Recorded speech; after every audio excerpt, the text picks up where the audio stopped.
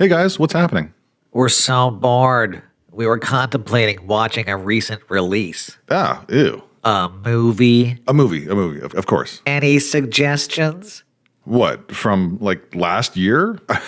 Are you joking? Well, the Academy Awards are just around the corner. It might be a good time to catch up on some missed contenders. How would you like to watch something with an all-star cast of talented actors?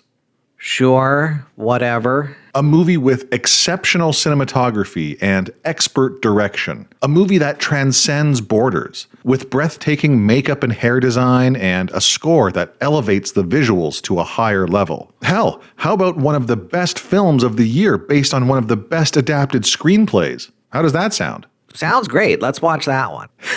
You can't. It's 2025 and movies like that no longer exist. So we're gonna watch Emilia Perez instead. Oh, you son of a bitch. Oh my god!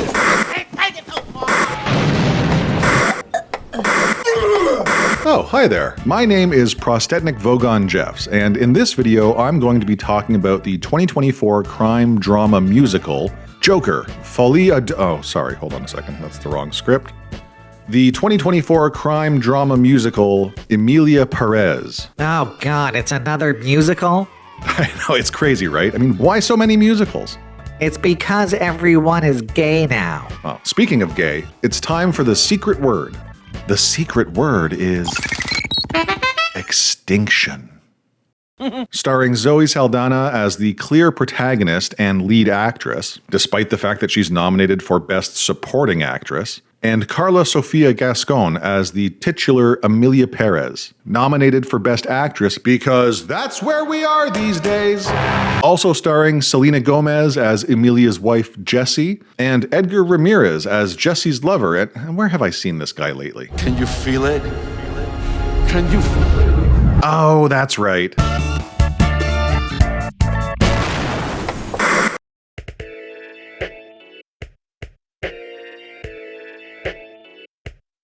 This movie is terrible, and I'm going to spoil the shit out of it. All right.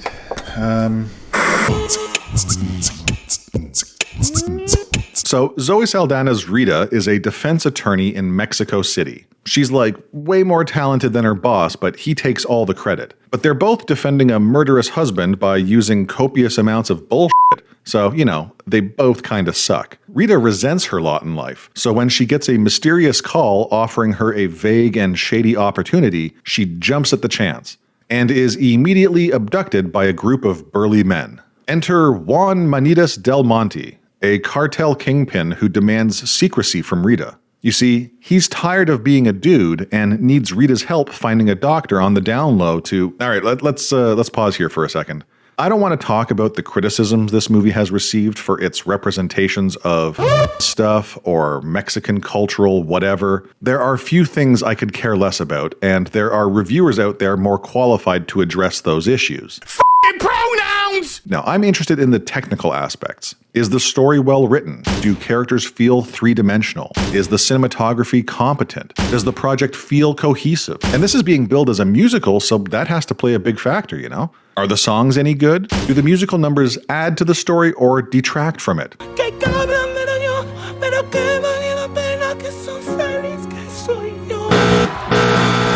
And so on.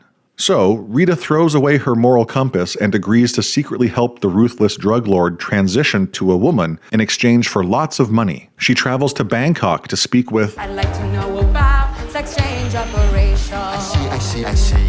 What would you like to know about it, madam? Mammoplasty. Yes. Vaginoplasty. Yes.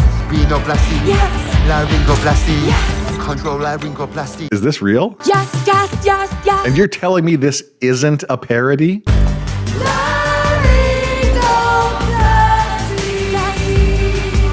Rita eventually finds a doctor in Tel Aviv who reluctantly agrees to meet with Manitas. And after speaking with him about his childhood, the doctor agrees to do the surgery. Being a drug kingpin and whatnot, Manitas is fearful of retribution against his family. For their protection, he has Rita take his wife, Jessie, and their 2 children to Switzerland. The job complete, Rita breaks down, delirious from trauma, or maybe because she's rich now, or It doesn't matter. You're right. Okay. Shortly thereafter, Jesse finds out that Manitas is dead on the news. But he's not dead. He faked his death to escape his tragic life. And 4 years later, Manitas emerges as Emilia Perez. At a dinner party in London, she ambushes Rita and tells her she wants help getting her kids back. Rita agrees once again and returns to the white fog of Switzerland to move Emilia's family back to Mexico. Emilia then Mrs. Doubtfires her way through the next 20 minutes of boring nonsense until she and Rita decide to start up a non-profit that helps identify cartel victims' bodies or something, which leads to Rita meeting and romancing Epifania, a woman who was only straight because of her abusive husband, I think? Jesse starts hooking up with Gustavo, with whom she had been cheating on Manitas, and Rita gets all high and mighty about the questionable morality of Mexico's high society. Meanwhile, Jesse and Gustavo sing karaoke and plan to get married. Jesse tells Emilia about her intention to move her kids to a new home with Gustavo, and it doesn't go over very well. Emilia loses her shit and threatens Jesse. She also sends some goons to rough up Gustavo and bribe him to leave the city. Jesse and Emilia bitch to Rita about the kids, and then Emilia gets abducted. After receiving some severed fingers in the mail, Rita puts together a group of professionals and they descend upon the abductors, Jesse and Gustavo. Despite her attempt to negotiate with Gustavo, a firefight breaks out with Rita's mercenaries. Emilia is caught in the crossfire, and Jesse goes to help and comfort her. And as she lies dying, Emilia reveals her true identity to Jesse. Gustavo, having somehow repelled a dozen or so armed mercenaries, has enough time to grab Emilia and stick her in the trunk of his car. They all drive off, Jesse pulls a gun on Gustavo, they fight over it, the car crashes, everyone dies. The end. Oh, and Rita takes custody of the kids, and there's a funeral procession where Emilia is celebrated as a hero even though she was still kind of a piece of shit, really. Anyway, the end.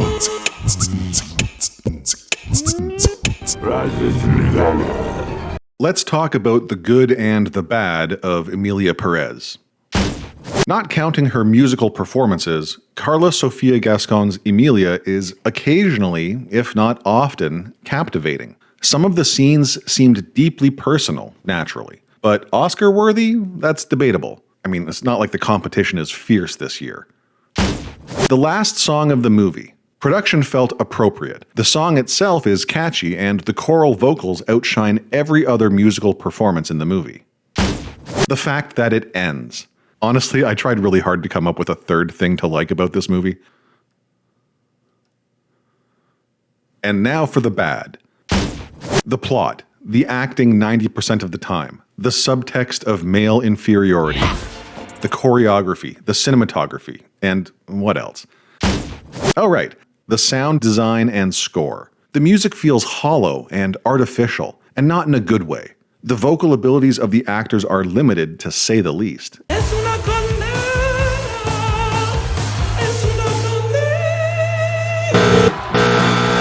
And the whole thing feels like the retarded offspring of musical pantomime.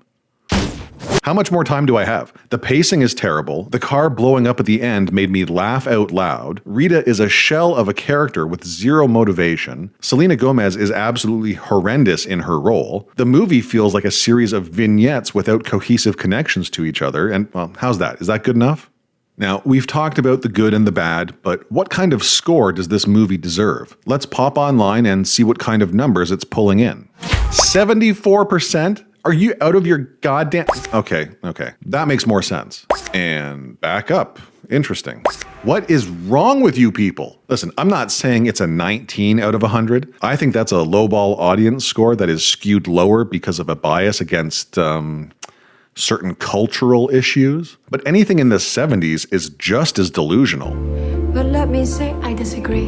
In the 70s means it's good. Not great, not perfect, but good. And Emilia Perez is not good. It's not even mediocre. It is hysterically bad. To the point where I was questioning whether it was a parody. The only redeeming features of this travesty of a musical are the occasionally compelling performances of Gascon and the fact that, like all things in our universe, it came to an end. All that being said, there are worse movies out there. Do you still like fingers in your butthole? So I would drop this somewhere in the high 20s, low 30s. A generous 3 out of 10.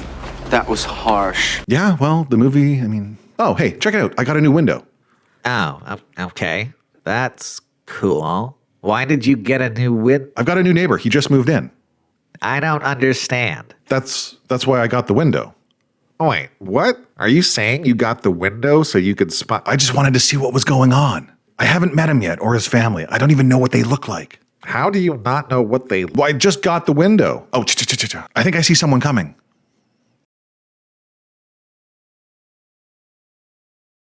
Well, I'm sorry? What's that? the movie you were talking about. Oh, yeah, the movie sucks. But that doesn't matter. What matters is what Kevin Sorbo thinks of it.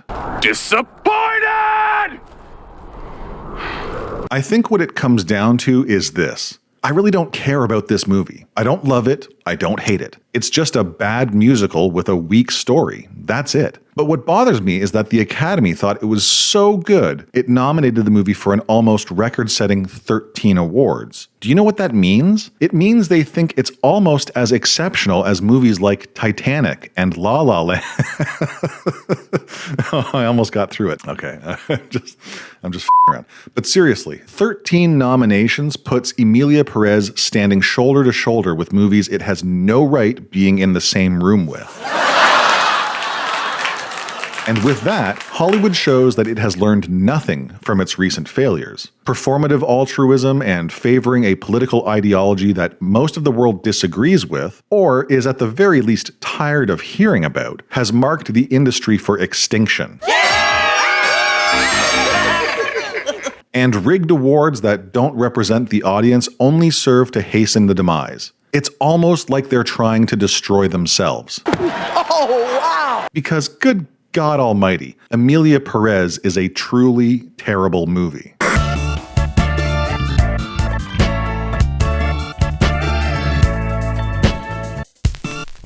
Don't forget to like and subscribe. You're lucky no one understands you but me, you filthy f***. The mouth on you.